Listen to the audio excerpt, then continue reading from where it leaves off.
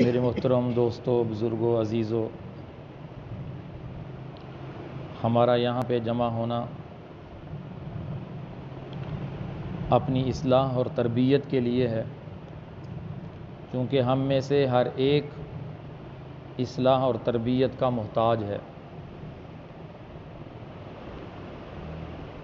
آپ صلی اللہ علیہ وسلم کی زندگی کا مقصد جو قرآن مجید میں اللہ رب العزت نے بیان فرمائے ہیں، ان میں سے ایک مقصد یہ بھی تھا کہ آپ اپنے سامنے بیٹھنے والے صحابہ اکرام کی اصلاح اور تربیت فرماتے تھے۔ دنیا کا قانون ہے کہ جس طرح کی تم تربیت لینا چاہتے ہو اس فن کے ماہر کے پاس جانا پڑتا ہے۔ لِكُلِّ فَنٍ رِجَال، ہر فن کے رجال الگ ہوتے ہیں۔ اگر آپ کو مسئلہ پوچھنا ہے تو آپ کو مفتی کی ضرورت ہوگی، اور آپ اس سے جا کر مسئلہ پوچھ سکیں گے، کیونکہ وہ مسائل بتانے کا ماہر ہوتا ہے، اس فن کو جانتا ہے اور سوال کے جواب کو بھی جانتا ہے۔ اسی طرح اگر آپ کو تربیت اور اصلاح کی ضرورت ہے تو آپ کو بھی اس فن والے سے رابطہ کرنا پڑے گا جو اس فن کو جانتا ہو، تربیت کرنی جانتا ہو۔ تو آپ صلی اللہ علیہ وسلم سے یہ مبارک سلسلہ شروع ہوا۔ 14 صدیوں سے امت کے اندر اصلاح اور تربیت کا کام جاری ہے۔ کتنے مسلمان نیک لوگوں کی صحبت سے اور اللہ کے ذکر کی برکت سے اپنی تربیت اور اصلاح کروا چکے ہیں۔ حضرت مولانا اشرف علی تھانوی رحمۃ اللہ علیہ فرماتے ہیں کہ ہر مسلمان کو اپنی تربیت کے بارے میں فکر مند رہنا چاہیے، اور فرمایا کرتے ہیں کہ اپنی تربیت کرانا فرض عین ہے،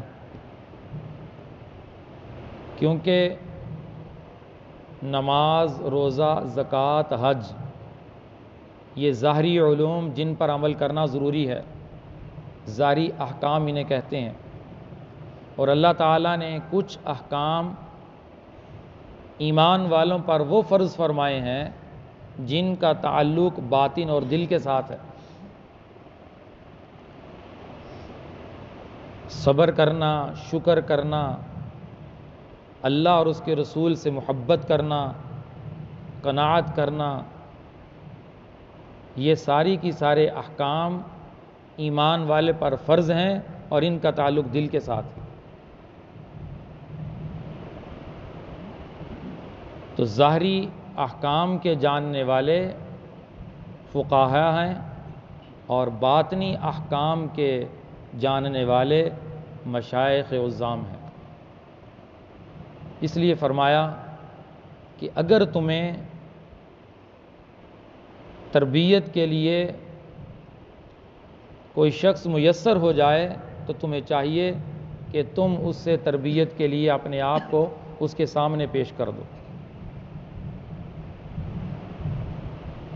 تو ہر دور کے اندر، ہر شعبے کے اندر، دین کا شعبہ ہو، دنیا کا شعبہ ہو، اس کے اندر 1 نمبر کام کرنے والے بھی ہوتے ہیں اور 2 نمبر کام کرنے والے بھی ہوتے ہیں۔ حقیقتاً اللہ کا رستہ دکھانے والے بھی ہوتے ہیں، اور کچھ لوگ صرف لبادہ اوڑے ہوتے ہیں، اندر سے وہ کچھ اور ہی ہوتے ہیں۔ ان کا مقصد لوگوں کو اللہ کا رستہ دکھانا نہیں ہوتا۔ ہر شعبے کے اندر مخلص لوگ بھی موجود ہیں اور خراب اور فاسد نیت والے لوگ بھی موجود ہیں۔ اس لیے مشائخ نے وہ چیزیں بیان کر دیں وہ اصول بتا دیے کہ اگر آپ کسی سے علم حاصل کرنا چاہتے ہیں، کسی سے تربیت لینا چاہتے ہیں، تو سب سے پہلے اس کے اندر یہ چیزیں دیکھو، پھر جا کر تم اپنے آپ کو تربیت کے لیے پیش کرو۔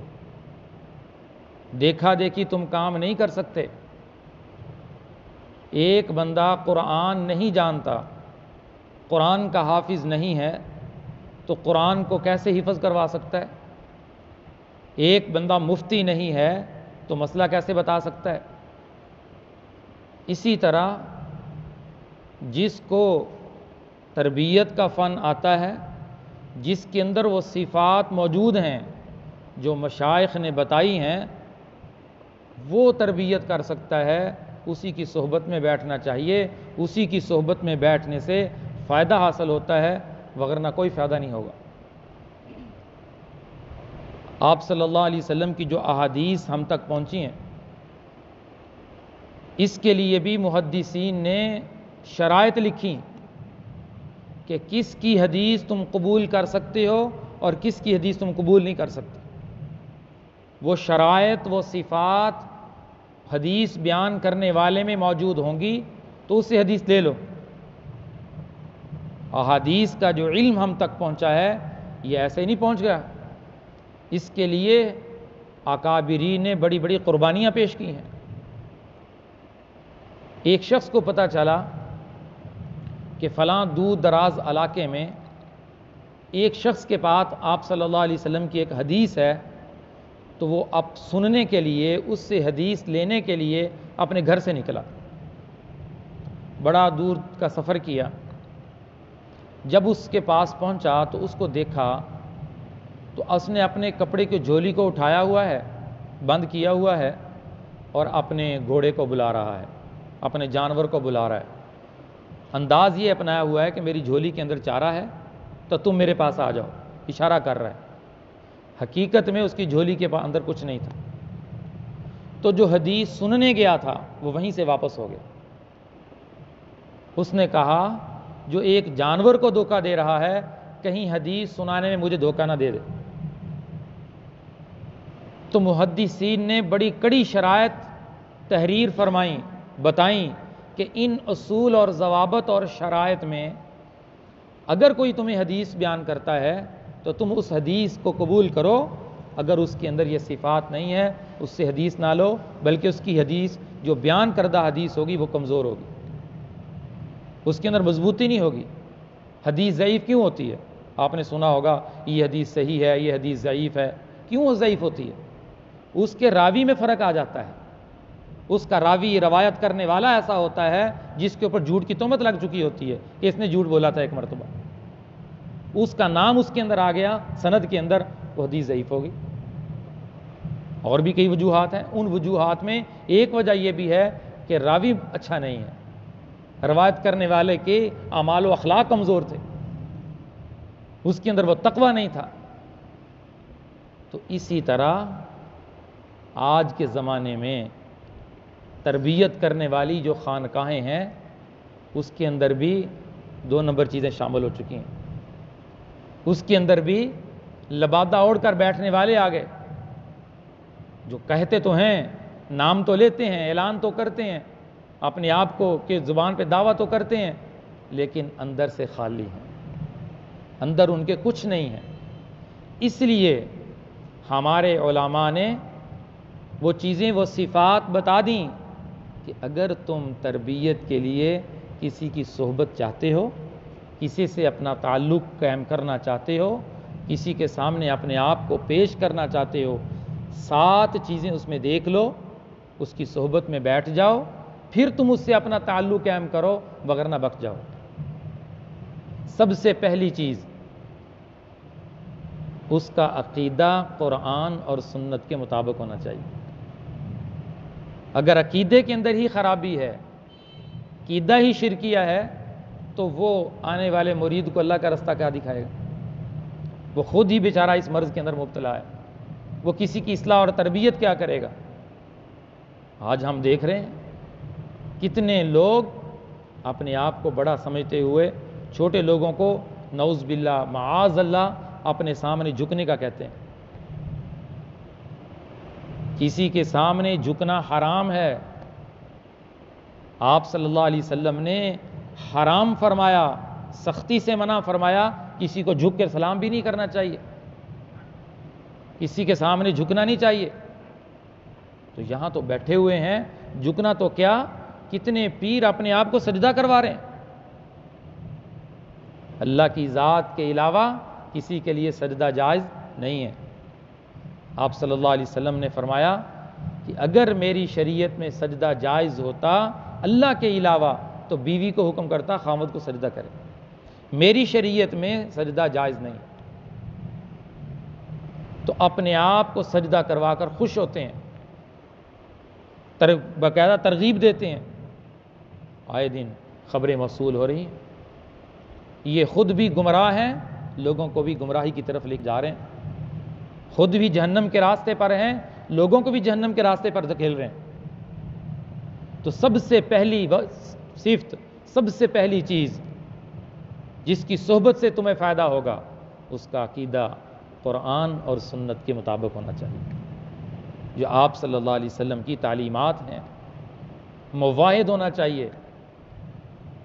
اور دوسری صفت جس کی صحبت سے ایمان والوں کو فائدہ ہوتا ہے، فرمایا جس سے تم اپنا اصلاح اور تربیت کا تعلق چاہتے ہو، دوسری چیز اس میں یہ دیکھ لو اس کے پاس دین کا علم ہے یا نہیں ہے، کہیں وہ دین کے علم سے کورا تو نہیں ہے۔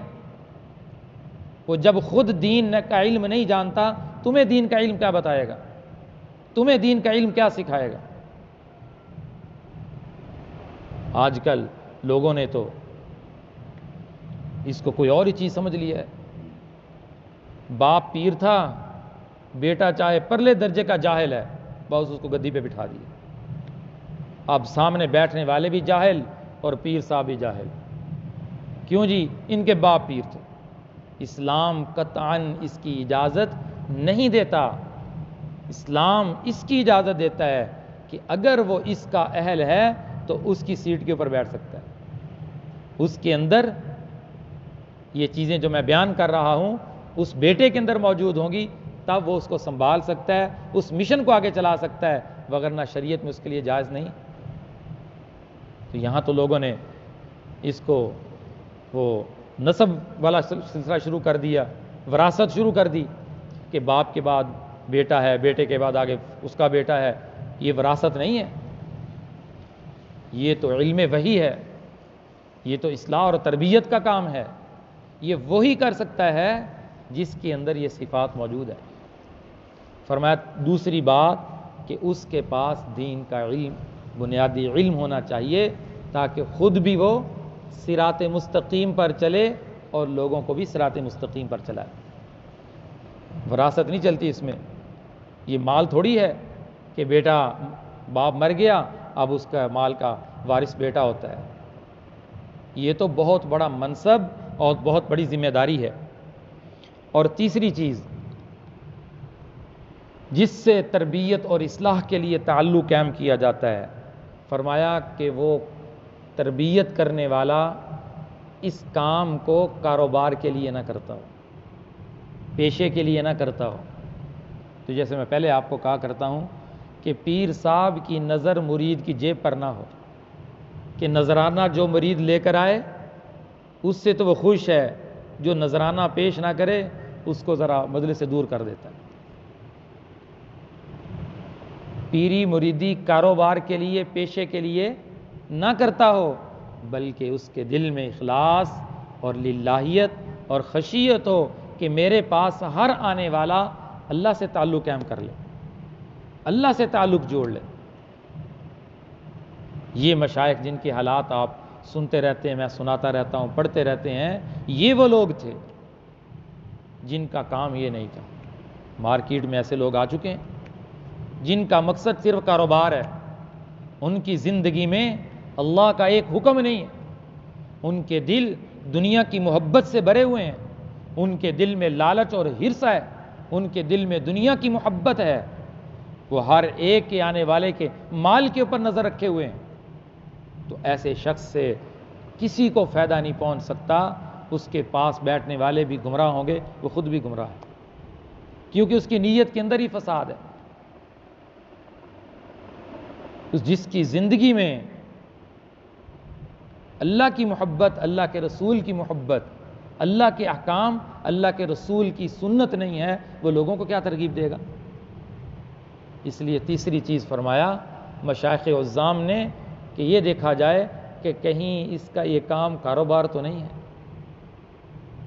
اگر اس کا یہ کام کاروبار کے لیے نہیں بلکہ اللہ کے لیے ہے، ہر آنے والے طالب کو اللہ کا رستہ دکھاتا ہے، دین کی بات سکھاتا ہے، رسول اللہ صلی اللہ علیہ وسلم کی تعلیمات دیتا ہے، تو پھر تم سمجھ لو یہ بندہ ٹھیک ہے، اس کی صحبت سے مجھے فائدہ ہو۔ لیکن کیا کریں کہ اندر کچھ نہیں ہے، دعوے بڑے ہیں۔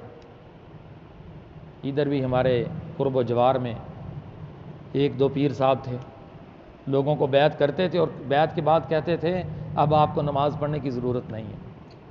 استغفر اللہ استغفر اللہ۔ سرکار مدینہ حضور صلی اللہ علیہ وسلم کو نماز معاف نہیں تھی، آج کا پیر کہہ رہا ہے کہ تمہیں اب نماز پڑھنے کی ضرورت نہیں ہے، میں تجھے خود ہی بخشوا لوں گا۔ وَلَا تَزِرُ وَازِرَةٌ وِزْرَ أُخْرَى۔ یہ تو خود اپنا بوجھ نہیں اٹھا سکتا، دوسرے کا کیسے اٹھائے گا؟ یہ تو اپنی زندگی کا اللہ کو جواب نہیں دے سکتا، دوسرے کی زندگی کا کیا جواب دے گا؟ تو اللہ تعالیٰ فرماتے ہیں ایسے لوگوں سے بچنا چاہیے۔ وَاتَّبِعْ سَبِيلَ مَنْ أَنَابَ إِلَيَّ۔ تم اس بندے کی طرف رجوع کرو، میرے اس نیک شخص کی طرف رجوع کرو جو میری طرف رجوع رکھتا ہے، جو میری طرف رجوع کرتا ہے، تم اس کی طرف جاؤ۔ یا ایھا الذین آمنوا اتقوا اللہ، تم متقی بنو، وکونوا مع الصادقین، تم صادقین کے ساتھ بیٹھو، سچے لوگوں کے ساتھ بیٹھنے کا حکم ہے۔ اسی طرح ایک شخص میرے پاس آیا، مجھے کہنے لگا اپنی ضرورت کے لیے آیا تھا، ساتھ اس کی اہلیت تھی۔ میں نے کہا آپ جو جس کام کے لیے آئے ہیں وہ کام تو آپ بھی بتا سکتے ہیں، آپ اپنی اہلیہ کو کیوں ساتھ لے کے آئے ہیں؟ اس نے کہا ٹھیک ہے میں نے کہا ان کی ضرورت نہیں ہے، عورت کو ضرورت کے بغیر گھر سے باہر نکلنا جائز نہیں ہے، آپ پھر کبھی آ جائیں لیکن آپ اپنی زوجہ کو اپنے گھر چھوڑ کے آئیں، کیونکہ بات آپ نے سنانی ہے، انہوں نے نہیں سنانی۔ تو وہ چلا گیا، کچھ دنوں کے بعد پھر دوبارہ میرے پاس آیا، تو سب سے پہلے کہنے لگا کہ مجھے بڑی خوشی ہوئی کہ آپ نے بڑی اچھی بات کی، اس سے میں بڑا خوش ہوں۔ تو پھر اس نے اپنی کارگزاری سنائی، کہنے لگا میں نے ایک پیر صاحب سے 13 سال اپنا تعلق قائم رکھا، ہم ان سے بیعت تھے، تو ہمارے گھر میں آتے تھے، مجلس لگتی تھی ان کی، وہ نماز نہیں پڑھتے تھے۔ کہتے میں نے ایک دن اس کو کہا کہ حضرت آپ نماز کیوں نہیں پڑھتے؟ تو وہ کہنے لگے کہ ہماری نماز مدینے ہوتی ہے، خود جاہل ہیں بیچارے، بیٹھنے والوں کو بھی جاہل ہی بنا دیا، ان کے پاس علم ہی نہیں ہے، جو سامنے بیٹھنے والے ہیں انہیں پتہ ہی نہیں۔ اس لیے میں یہ چیزیں بیان کر رہا ہوں کہ ہمارے بھائیوں میں کچھ کار نہ ہو جائے، آپ آگے بھی یہ باتیں بتانے والے بنو۔ کہتے میں نے کہا کہ حضرت نماز آپ مدینے پڑھتے ہیں، کھانا میرے گھر کھاتے ہیں، آپ کو مدینے کا کھانا اچھا نہیں لگتا؟ وہاں آب زمزم ہے، آپ پانی آب زمزم پیو، کھانا وہاں کھاؤ، نماز مدینے پڑھتے ہو، کھانا ادھر کھاتے ہو۔ کہتے وہ مجھ سے ناراض ہو گئے، ناراض ہو کے میرے گھر سے چلے گئے اور اپنی بیعت سے مجھے نکال دیا اور میرے اوپر فتویٰ جاری کر دیا کہ یہ اسلام سے مرتد ہو چکا ہے، مرتد ہونے کا فتویٰ جاری کر دیا اس مرید کے اوپر جس نے نماز کا سوال کر لیا۔ حضرت مولانا احمد علی لاہوری رحمۃ اللہ علیہ فرماتے ہیں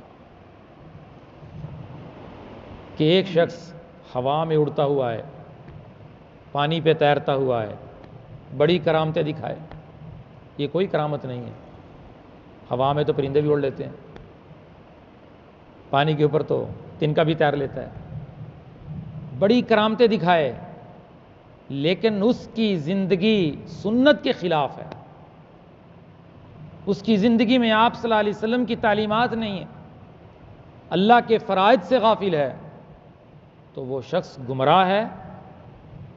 ایسے شخص سے کسی کو فائدہ نہیں ہو سکتا۔ تو اگر کسی نے ایسے شخص کی بیعت کر لی ہے، اس پر بیعت کا توڑنا فرض ہے۔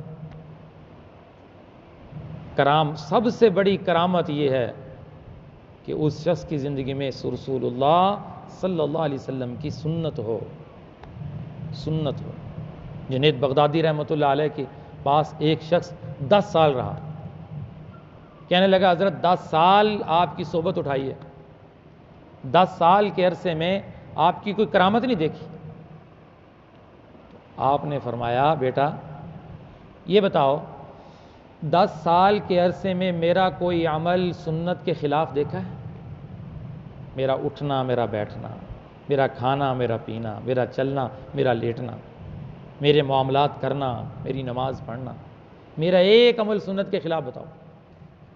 اس نے کہا نہیں، میں گواہی دیتا ہوں آپ کا ہر عمل سنت کے مطابق ہے۔ تو حضرت فرمانے لگے میری سب سے بڑی یہی کرامت ہے، میری سب سے بڑے یہی کرامت ہے کہ میرا ہر عمل آپ صلی اللہ علیہ وسلم کی سنت کے مطابق ہے۔ یہ تھے لوگ۔ کتابوں میں لکھا ہے، ہمارے بزرگ گزرے ہیں دیوبند میں، حضرت سید انور شاہ صاحب کشمیری رحمۃ اللہ علیہ، آپ صلی اللہ علیہ وسلم کی سنت میں اتنا ڈھلے ہوئے تھے، آپ صلی اللہ علیہ وسلم کی سنت میں اتنا فنا تھے، فرمایا کہ اگر کوئی دیکھنا چاہتا کہ آپ صلی اللہ علیہ وسلم کا فلاں عمل کیسے تھا، آپ فلاں عمل کو کیسے کرتے تھے، وہ انور کشمیری کے عمل کو دیکھ لیتا تھا تو سنت سمجھ آ جاتی تھی۔ وہ ان کے عمل کو دیکھ لیتا تھا، ان کے عمل سے اسے سنت طریقہ پتہ چل جاتا تھا کہ ان کی زندگی کا ہر حصہ، ہر شعبہ آپ صلی اللہ علیہ وسلم کی سنت سے زندہ تھا۔ یہ لوگ تھے جو معمولی سی سنت چھوڑنا بھی گوارا نہیں کرتے۔ یہ لوگ ہیں جن کی صحبت سے فائدہ ہوتا ہے۔ تو تیسری چیز میں نے بتائی کہ جس سے تعلق قائم کیا جائے وہ یہ کام کاروبار کے لیے نہ کرتا ہو۔ تو جب میں نے اس نے مجھے یہ بات بتائی، اس شخص نے جس کا میں نے آپ کو واقعہ سنایا،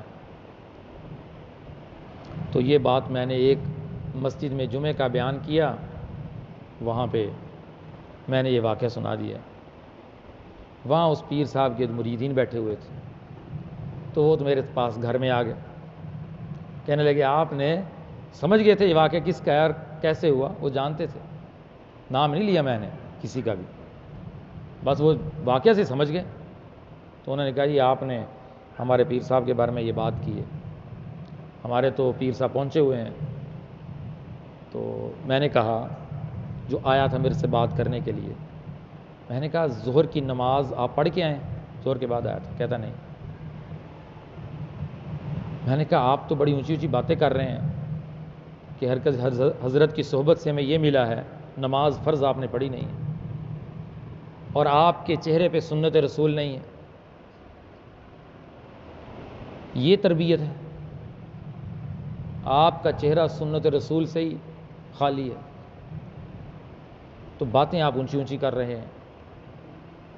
یعنی بحث کرنے کے لیے آئے، اور اللہ معاف کرے تو وہی پیر صاحب آ کر ایک مرتبہ اپنے مریدین کو کہنے لگے، مجھے لوگ حالات بتاتے رہتے ہیں، خواتین کو کہنے لگے، مردوں کو کہنے لگے کہ میری تصویر اپنی جیب میں رکھا کرو۔ یہ سب شیطانیت ہے، یہ سب گمراہی کی باتیں ہیں، یہ سب نفس پرستی ہے، یہ شخصیت پرستی ہے، یہ اپنی طرف مائل کرنا ہے، لوگوں کو اللہ کی طرف رستہ دکھانا نہیں ہے۔ تو ہمیں ان لوگوں سے بچنا ہے۔ مجھے ایک دوست کہنے لگے جو ہمارے سلسلے کے ہیں، کہنے لگے مجھے بھی دعوت ملی، وہ ایک جگہ پہ آ رہے تھے، مجھے بھی دعوت ملی تو میں کچھ لیٹ گیا، تو میں نے ان کے مریدین سے پوچھا کہ آپ کے پیر صاحب کی کیا تعلیمات ہیں، آج انہوں نے خاص کیا درس دیا ہے؟ تو کہتے ہیں ان کے مرید کہنے لگے وہ آج یہ بتا کے گئے ہیں کہ زیادہ سے زیادہ لوگوں کو میرا مرید کرو، بس یہ بتایا، لوگوں کو کھینچو، مائل کرو، تاکہ میری دکان، میرا کاروبار اچھا چلتا رہے۔ کوئی نماز کی تعلیم نہیں، کوئی سنت کی ترغیب نہیں، کوئی اللہ کے رستے کو دکھانے کا شوق نہیں، یہ سب کاروبار اور پیشے کے لیے کرتے ہیں، ان کا مقصد اخلاص نہیں۔ چوتھی چیز جو ہمارے مشائخ نے بتائی ہے کہ جو تربیت کا کام کر سکتا ہے، جس سے بیعت کا تعلق قائم کیا جا سکتا ہے، وہ ایسے اس کو اپنے بڑوں کی طرف سے اجازت ہو، وہ کسی بڑے شیخ کا خلیفہ ہو۔ خلیفہ مجاز آپ نے دیکھا ہوگا، لکھا ہوتا ہے مختلف کتابوں کے اوپر۔ خلیفہ مجاز کا مطلب یہ ہوتا ہے کہ اس کے استاد نے، اس کے شیخ نے اسے تربیت کرنے کی ذمہ داری سونپ دی۔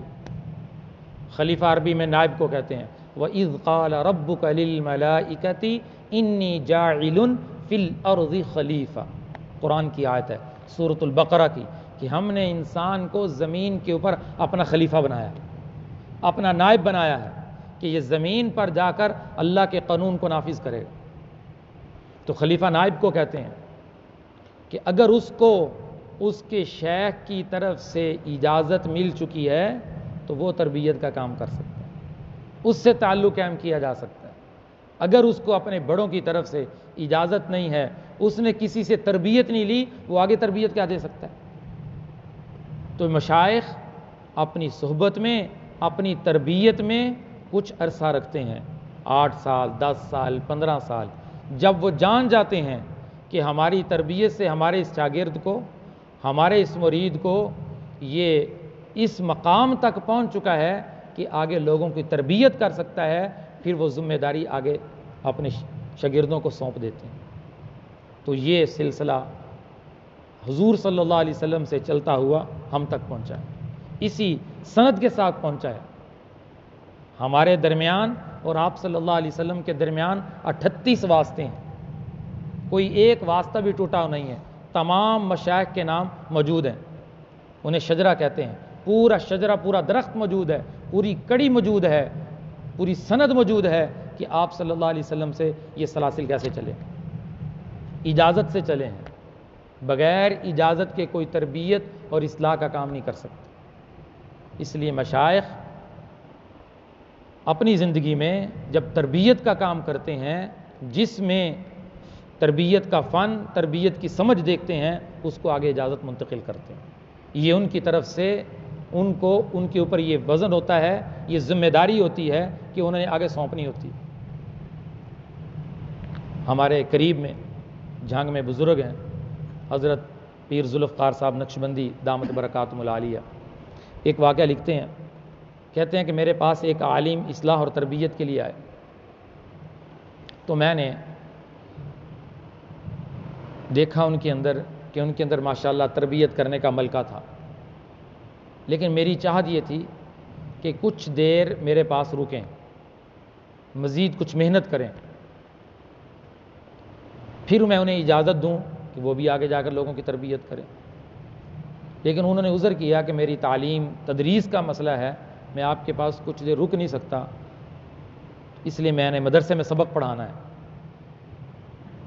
تو حضرت فرماتے ہیں تو میں کشمکش میں مبتلا تھا کہ میں انہیں اجازت دوں یا نہ دوں۔ فرمایا میں سویا، مجھے حضور صلی اللہ علیہ وسلم کی زیارت نصیب ہوئی۔ آپ صلی اللہ علیہ وسلم نے فرمایا تم تردد کیوں کرتے ہو، اسے اجازت دے دو۔ فرمایا میرے دل کو اطمینان ہوا کہ آپ صلی اللہ علیہ وسلم کی خواہ میں حکم ملا ہے، میں نے اٹھتے ہی اسے اجازت دے دی، اسے خلافت والی نعمت سے سرفراز کر دی۔ تو یہ اللہ کی طرف سے مشائخ کے دل میں الہام ہوتا ہے، تصور ہوتا ہے، وہ اس کو روک نہیں سکتے، وہ اللہ کی طرف سے آنے والے اس خیال اور اس تصور کو آگے منتقل کر دیتے ہیں۔ تو لہٰذا تربیت وہ کر سکتا ہے جو اس فن کو جانتا ہو اور اس کو بڑوں کی طرف سے اجازت بھی ہو، اور جس شیخ کی طرف سے اجازت ہو اس شیخ کو لوگ نیک سمجھتے ہوں، ان کو بزرگ سمجھتے ہیں، اس کی طرف سے اسے اجازت ہو۔ اس لیے شرائط لگائی جا رہی ہیں، یہ صفات بیان کی جا رہی ہیں تاکہ 2 نمبر کام کرنے والوں سے انسان بچ جائے۔ ان کی صحبت نہ اختیار کرے، کیونکہ وہ خود بھی گمراہ ہیں، دوسروں کو بھی گمراہی کے رستے پہ چلا سکتے ہیں۔ اور چھٹی صفت یہ ہونی چاہیے کہ اس کی صحبت میں بیٹھنے سے دین کا شوق پیدا ہوتا، دنیا سے بے رغبتی ہوتی ہے۔ یہ نہیں کہ پیر صاحب بیٹھے ہیں اور مال کے تذکرے ہو رہے ہیں، دنیا کے تذکرے ہو رہے ہیں، مال اکٹھا کرنے کی باتیں ہو رہی ہیں، نہیں۔ پیر وہ ہوتا ہے جس کے پاس جو کوئی آتا ہے وہ اسے اللہ رسول کی باتیں ہی سناتا ہے، اسے فکر آخرت کے بارے میں فکر مند کرتا ہے، اس کی تربیت کے اوپر نظر رکھتا ہے اور سوچتا ہے کہ میں اس کی اصلاح اور تربیت کیسے کر دوں، یہ اس کی کوشش ہوتی ہے۔ مال کے اوپر، دنیا کے اوپر اس کی نظر نہیں ہوتی۔ تو لہٰذا تربیت وہ کرے، بیعت وہ لے سکتا ہے جس کی صحبت میں بیٹھ کر دین کا شوق پیدا ہو، دنیا سے بے رغبتی ہوتی ہے، اور جس کی صحبت سے لوگوں کو فائدہ ہوتا ہو۔ یہ چیزیں ہمارے مشائخ نے بیان کی ہیں، کیونکہ یہ زمانہ حضور صلی اللہ علیہ وسلم سے بہت دور ہو چکا ہے۔ 14 صدیاں گزر گئیں آپ صلی اللہ علیہ وسلم کے زمانے کو گزرے ہوئے، تو اس زمانے کے اندر فتنہ فساد بہت ہے۔ لیکن ہم جب معاشرے کے اوپر نظر ڈالتے ہیں، لوگوں نے اس کو وراثت سمجھ لیا ہے۔ باپ کی گدی کے اوپر آ کر بیٹا بیٹھتا ہے، اس کے پاس علم نہیں، اس کے پاس روحانیت نہیں، اس کے پاس سنت نہیں، اس کے پاس دین کا علم نہیں، اب وہ پیری مریدی کر رہا ہے۔ لوگ کہتے واہ جی واہ، یہی پیر ہے، وہ غلط بات کرے تب بھی لبیک، وہ صحیح بات کرے تب بھی لبیک، اس کی بات پہ انکار ہی نہیں کرتے۔ بس یہ ذہن میں بیٹھا ہوا ہے کہ یہ حضرت ہے۔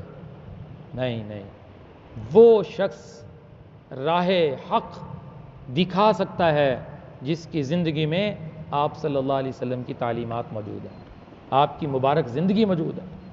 فرمایا ساری زندگی اللہ کے ذکر کی برکت سے، مشائخ کی صحبت کی برکت سے ایک کرامت ظاہر نہ ہو، ایک اچھا خواب نہ آئے، ایک بھی اسے مبشرات میں سے کوئی خوشخبری نہ ملے، لیکن اس کی زندگی آپ صلی اللہ علیہ وسلم کی مبارک سنت کے مطابق ہے، یہ شخص اللہ کا ولی ہے، یہ اللہ کے قریب ہے۔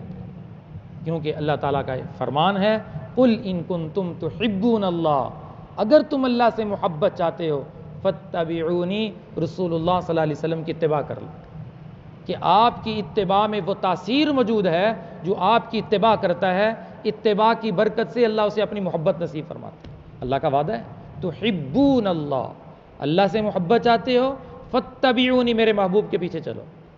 معلوم ہوا کہ رسول اللہ صلی اللہ علیہ وسلم کی تعلیمات سے ہٹ کر جو چلتا ہے وہ اللہ سے محبت کا والا نہیں ہو سکتا۔